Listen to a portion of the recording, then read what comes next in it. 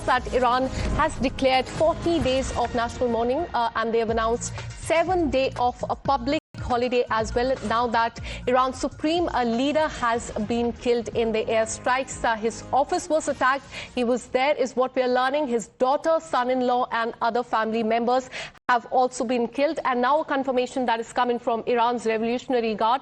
They've said that this is a martyrdom of a divine scholar at the hand of the terrorists. That's a big statement, a confirmation that is coming from Iran. In fact, it all started with, the first confirmation that is coming from Donald Trump. He had taken to social media announcing that Iran's supreme leader has been killed.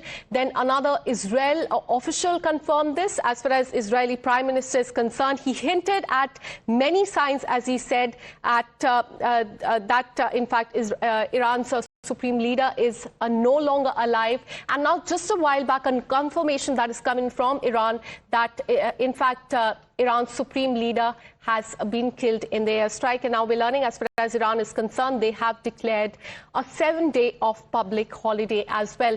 Rishabh, many of the experts that we are talking to, they are saying that there would now be escalation. There is a possibility that Iran will now retaliate because one of their supreme leader has been killed by Israel as well as US. But do take us through what is the situation on the ground, because in the last 18 hours we have seen strikes not just on Iran or Israel but also in West Asia, be it Dubai, Bahrain, Kuwait, Qatar as well. Take us now what the situation currently is. Well, Akansha, on ground, the strikes continue. Israel is continuously striking Iran in various areas in Iran. All the regime centers in 28 provinces of Iran is under attack as we're talking. Iran, on the other hand, has decided that they will go after anything US in the region. Dubai, Abu Dhabi, Kuwait City, Doha, Bahrain, Israel, everything is under attack right now. While now the confirmation has come in that Ali Khamenei has been killed, and this is one of the biggest news that has come in on the Sunday morning right now. From here on, experts say that things will escalate, or a few experts say things will calm down. Uncertainty remains. US and Israel will not like the new supreme leader, whosoever he be, to consolidate himself and his regime, and they would try and collapse this regime to the word T to ensure that there is nothing left of the Islamic regime in Iran. What next is something that remains to be seen. There are moles within Iranian system. Now that we can confirm that there are moles within Iranian system that were helping Israel and Iran. Within 20 hours of the strike, the confirmation for Ali Khamenei being killed is coming in, which means that US and Israel had exact coordinates of where Khamenei is, and not only is, he could be in any building, on what floor, which room, on what chair he was. That details would have been conveyed to Washington and Tel Aviv to ensure that when they hit with certainty. And that's the reason that the supreme leader has been killed. From here on, Israel and US will try and continue this momentum and ensure that the Islamic regime collapses from here. Whether that happens or not, and how much long time it will take, is something that is debatable right now. Till yesterday we were debating that how long will Iran and Khamenei survive. Khamenei is dead.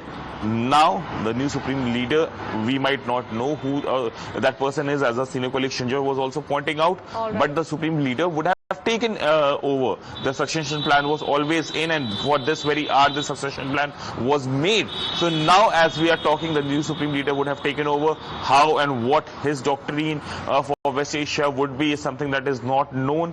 Whether the attacks will continue, but again, given that Khamenei was dead yesterday, and after that Iran decided to hit Dubai, Doha and other cities in the West Asia, which means the new one wants to fight further. So if this conflict goes on, it would be interesting to see, because it's not only West Asia that gets affected.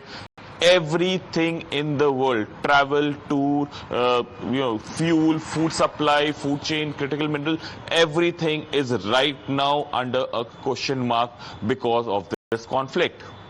All right, so that's the latest we're getting in. So who the successor will be is something that remains to be seen, but that's the latest that we are getting in. Donald Trump, remember, yesterday had hinted that he wants a regime change, and now it appears that this is one step towards that.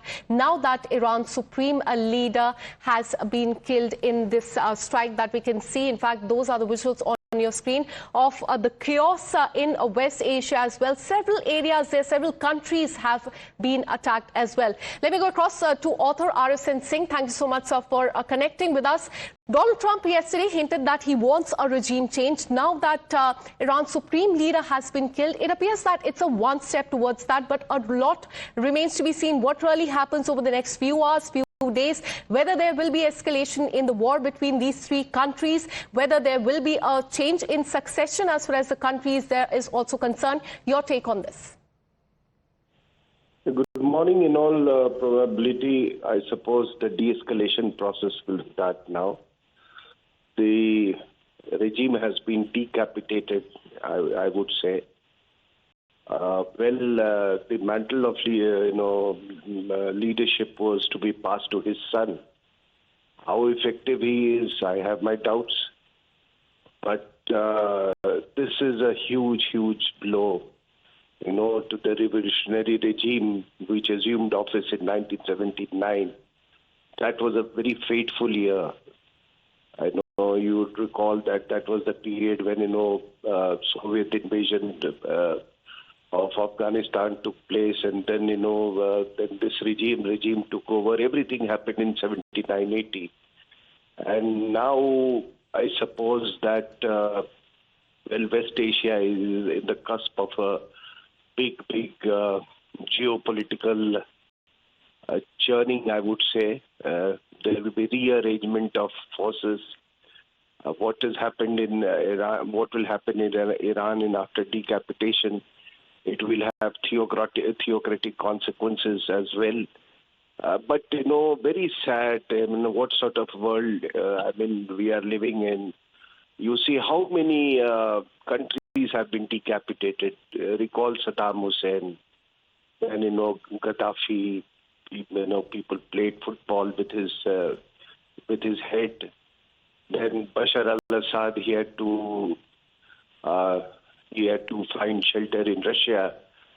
So, you see, this is the way the American machinery operates, or the American deep state, or the American, military and industrial complex.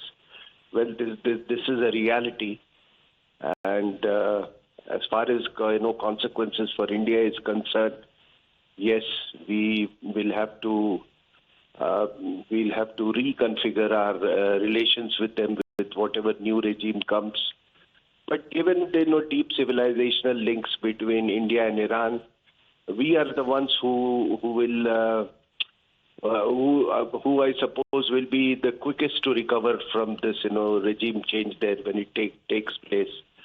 I don't think there will be any impact on our strategic partnerships as dictated by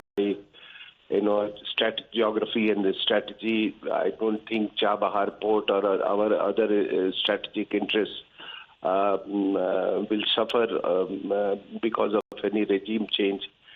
But yes, a very, very important piece of information you have conveyed today. I was not aware of it till I spoke to you. But yes, yesterday there were many reports, flowing from various quarters that saying that either he has been decapitated or he has been killed or he is found shelter in some other country. But now that you have confirmed, we are in the cusp of a big change in the Middle East region. Absolutely. In fact, many of the experts are saying that his killing was on the expected lines, and this was something that people saw coming in after those protests that erupted on in December 2025. But that remains the situation as far as Iran is concerned. Thank you so much, sir, for connecting with us. In fact, we